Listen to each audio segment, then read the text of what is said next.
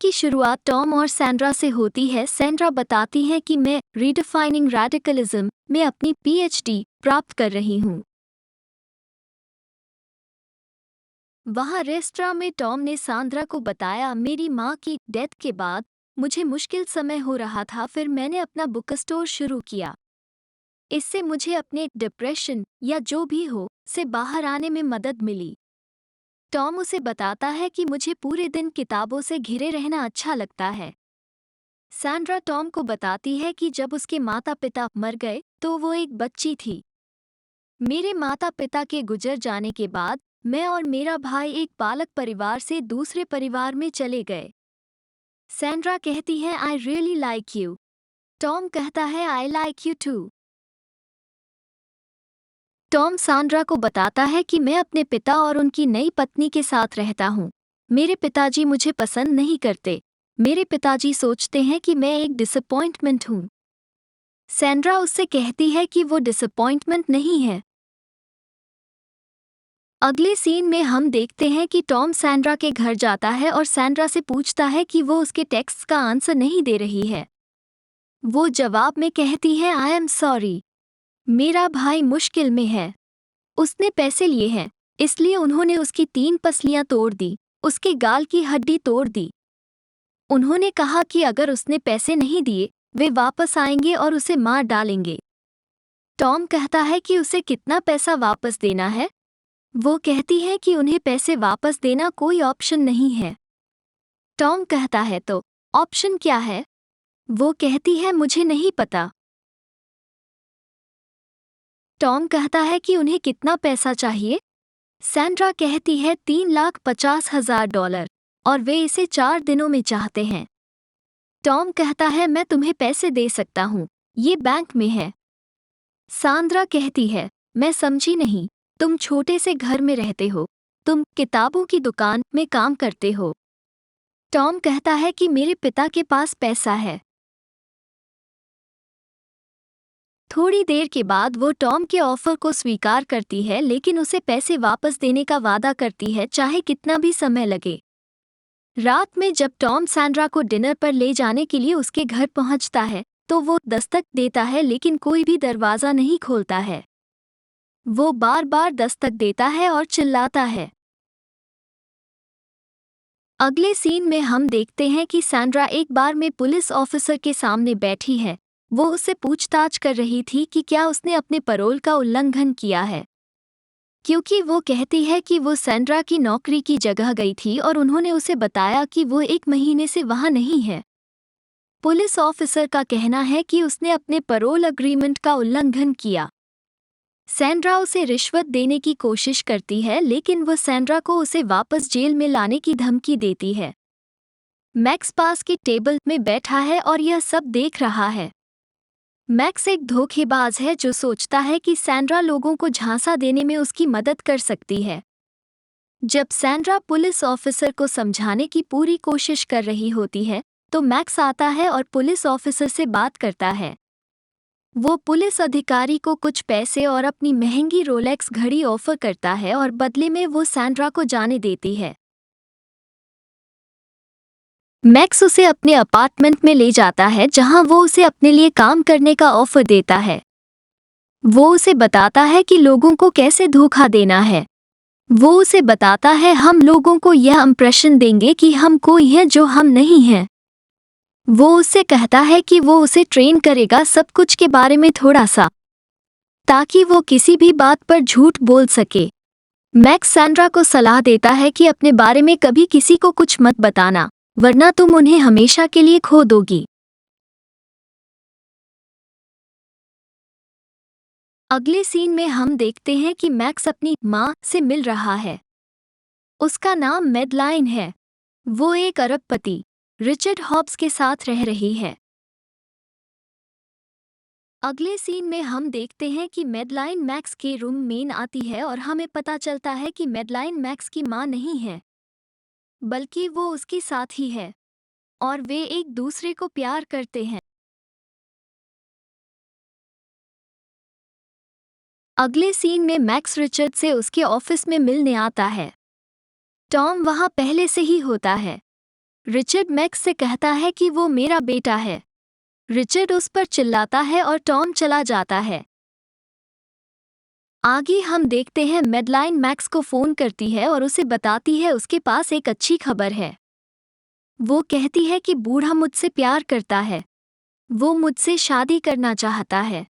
Max कहता है, तुम मजाक कर रहे हो। जल्दी या बाद में बूढ़ा सवाल पूछेगा। मैदानन कहती है नहीं, नहीं, वो नहीं करेगा। वो बहुत बिजी आदमी है। उसके दिमाग में बहुत कुछ चल रहा होता है। अचानक पुलिस उसका दरवाजा जोर से खटखटाती है और कहती है कि उनके पास वारंट है उसकी गिरफ्तारी के लिए। अब मैक्स को पता चलता है कि मैडलिन उसे झांसा दे रही है। उसने उसका इस्तेमाल किया। इसके बाद मैक्स पिछले दरवाजे से भाग जाता है।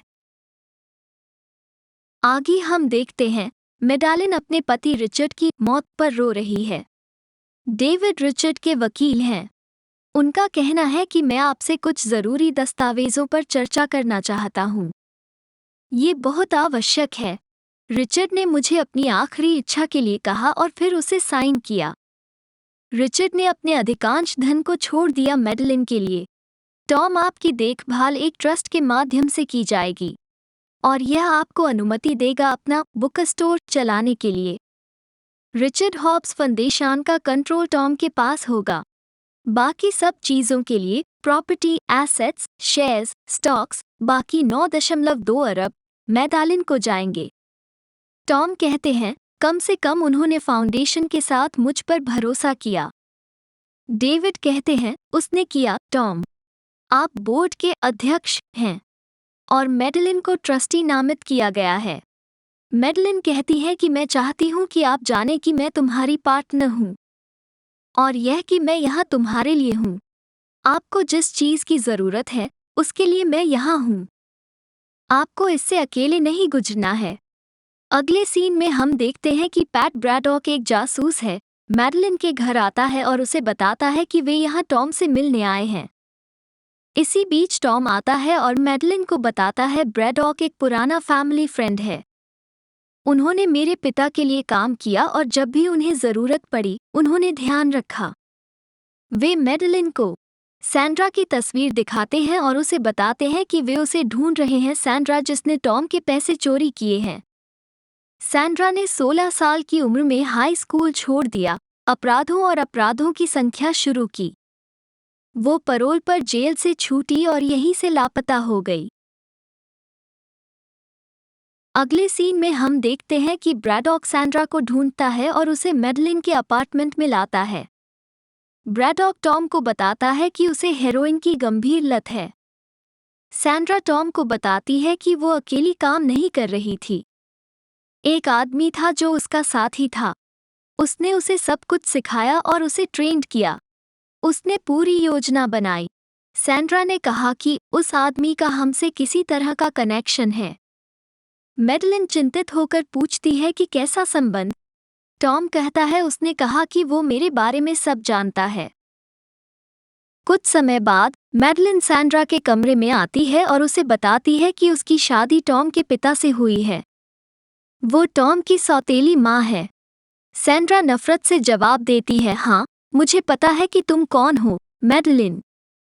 मैक्स ने मुझे पूरी बात बता दी है कि तुमने उसके पीछे पुलिस लगा दी।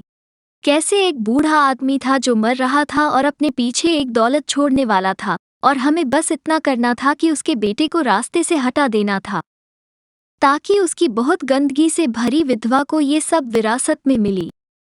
सैंड्रा मैडलिन से कहती है कि वो मैक्स को देखना चाहती है और वो चाहती है कि वो देखे कि उसने उसके साथ क्या किया।